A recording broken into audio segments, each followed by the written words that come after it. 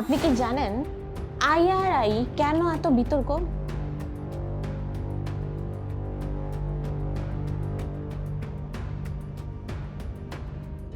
দর্শক, আমার কাছে এখন দেখতে পাচ্ছেন একটি ফাইল। এটি আইআরআই এর একটি report. IRI international Republican institution. কি বলছে তারা বলছে সরকার ও ডক্টর ইউনূসের জনপ্রিয়তা নাকি 70%। সোশ্যাল মিডিয়া জুড়ে এখন একটি কথা, ডক্টর ইউনূস যে কিনা বাংলাদেশে অন্তর্বর্তী সরকার, তার জনপ্রিয়তা 70%। কিন্তু মূলধারার মিডিয়াগুলো একটি গুরুত্বপূর্ণ তথ্য সাবধানে এড়িয়ে যাচ্ছে। আইআরআই রিপোর্ট অনুযায়ী আমরা কি দেখতে পাচ্ছি? আপনি কি জানেন আইআরআই কোন প্রতিষ্ঠান? এটি সেই প্রতিষ্ঠান যাকে বিভিন্ন বিশ্লেষক ও গবেষক বিভিন্ন দেশের রেজিম চেঞ্জ বা সরকার পরিবর্তনের অভিযোগে জড়িত বলে উল্লেখ করেছে। এই অভিযোগ নতুন নয়, দীর্ঘদিন ধরে আন্তর্জাতিক মহলে এর আলোচনা রয়েছে।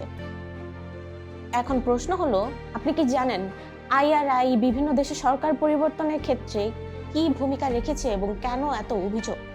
কেন তাদের জরিপের পদ্ধতিতে এত প্রশ্ন বিতর্ক উঠে এসেছে? এই আলোচনা বা অভিযোগ নতুন নয়, এটি দীর্ঘদিন ধরে আন্তর্জাতিক মহলে আলোচিত হচ্ছে। এখন প্রশ্ন হলো, আপনি কি জানেন আইআরআই কেন এত বিতর্কিত?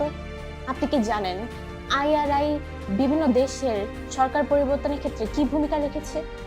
আপনি কি জানেন আইআরআই জরিপের পদ্ধতি নিয়ে কেন এত অভিযোগ?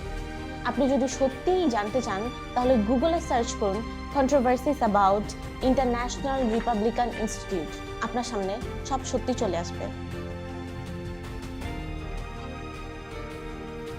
আরও সহজ উপায় রয়েছে আইআরআই কে বোঝার। তাদের রিপোর্ট প্রকাশের পর সোশ্যাল মিডিয়ার প্রতিক্রিয়া দেখুন।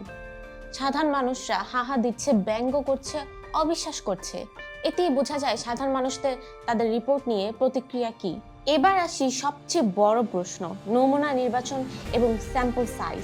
বাংলাদেশে 10 কোটিরও বেশি প্রাপ্তবয়স্ক মানুষ, কিন্তু আইআরআই জরিপ চালিয়েছে মাত্র 4,986 জন উত্তরদাতার উপর। চিন্তা করুন, মাত্র 5,000 স্যাম্পল মতামত 10 কোটি জনগণের উপর চাপিয়ে দেখা হচ্ছে। আর এর মধ্যে সমালোচকদের দাবি, এর মধ্যে একটি বড় অংশই প্রশ্নের গভীরতা বোঝেন না বা রাজনৈতিক প্রেক্ষাপট বোঝেনই না। মাত্র 4-5 হাজার মানুষের মতামতের ভিত্তিতে কি পুরো দেশের ওপর সিদ্ধান্ত চাপিয়ে দেওয়া যুক্তিযুক্ত? এজন্য অনেকেই মনে করেন এই সার্ভে বিশ্বাসযোগ্য নয়, তথ্য অসম্পূর্ণ এবং ভুল পথে পরিচালিত করতে পারে। কিন্তু আমি বলছি না আমার কথাই শেষ কথা। আমি বলছি আইআরআই নিয়ে ভালো মতো শুনুন, পড়ুন এবং তাদের নিয়ে আন্তর্জাতিক বিতর্কগুলো নিজেরাই অনুসন্ধান করুন। কারণ কোনো জরিপকে সত্য হিসেবে গ্রহণ করার আগে জরুরি হলো যারা জরিপ করেছে তাদের উদ্দেশ্য, পদ্ধতি এবং অতীতকে বোঝা।